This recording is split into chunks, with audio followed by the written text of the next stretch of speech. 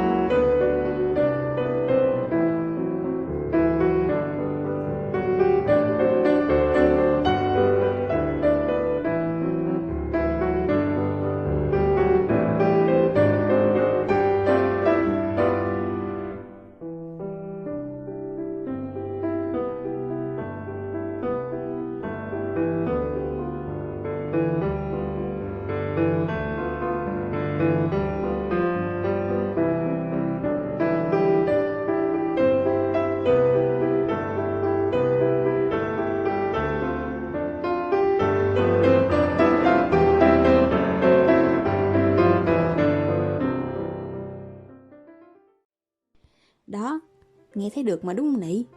Bản nhạc này nghe như kiểu một mối tình chớm nở vậy đó Nị, háo hức, rung động. Đây cũng là một trong số ít những bản nhạc có sắc thái vui tươi của Satie, vì đa số những bản nhạc khác của ông đều mang một nét buồn cô độc như cuộc đời của ông vậy đó. Tuy nhiên đằng sau cái vẻ lập dị và cô độc đó là một tư duy rất mới mẻ và sáng tạo. Ông từng sáng tác một vở ballet có tên là Parade. Thì vở ballet này đặc biệt ở chỗ là nó tổng hòa nhiều hình thức nghệ thuật với nhau nè, từ âm nhạc tới thi ca, vũ đạo và cả thiết kế thời trang nữa. Toàn bộ sân khấu và phục trang được thiết kế bởi một người vô cùng nổi tiếng, đó là Pablo Picasso. Đây là hình một số phục trang và sân khấu trong vở Parade này nè, nhìn rất là lập thể luôn ha. Giờ mình sẽ coi thử một trích đoạn được phục dựng lại của cái vở này nha.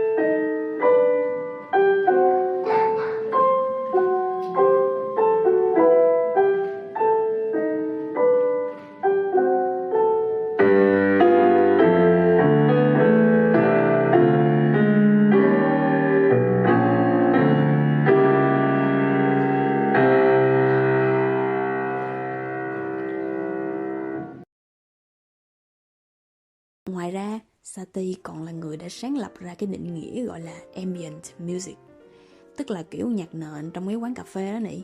Có nhạc nhưng mà thường không ai để ý nhạc đó giai điệu như thế nào hết, chủ yếu nhạc để tạo không khí là chính thôi. Thì ban đầu Satie cho ra mắt một cái thể loại âm nhạc mới có tên là âm nhạc nội thất. Ông miêu tả âm nhạc của mình như kiểu giấy dán tường vậy. Có âm nhạc nhưng mà khán giả sẽ không chú ý tới âm nhạc. Thì trong cái buổi biểu diễn đầu tiên của mình, ông đã bố trí các nhóm nhạc công ngồi rải rác khắp khán phòng thay vì tập trung một chỗ trên sân khấu. Và ông cũng năn nỉ khán giả phớt lờ âm nhạc và làm như không phải tới đây để xem buổi biểu diễn. Nhưng mà thời đó thì khán giả họ không có quen với kiểu đó, nên thành ra cuối cùng họ vẫn rất là lịch sự, chăm chú lắng nghe. Nên cái buổi thử nghiệm đó thực ra không thành công. Cô nghĩ nếu mà Satie sống tới bây giờ thì ông sẽ rất vui khi mà ông biết được cái thể loại âm nhạc mà ông tạo ra là ambient music đã trở nên phổ biến như thế nào vào thời kỳ này.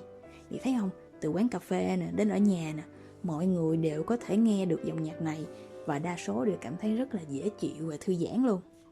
Thật bất ngờ là một nhạc sĩ với một cuộc đời buồn và cô độc lại có thể sáng tác những khúc nhạc nhẹ nhàng.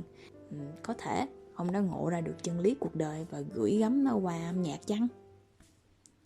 Và giờ để kết thúc bài hôm nay cô mời Nị nghe khúc Gymnopédie số 1 trong bộ ba Gymnopédie nổi tiếng nhất của Erik Satie. Giờ nha, tưởng tượng một buổi chiều mưa, mình ngồi bên cửa sổ, bên tách trà và âm nhạc vang lên. Mong Nị thành người đàng hoàng.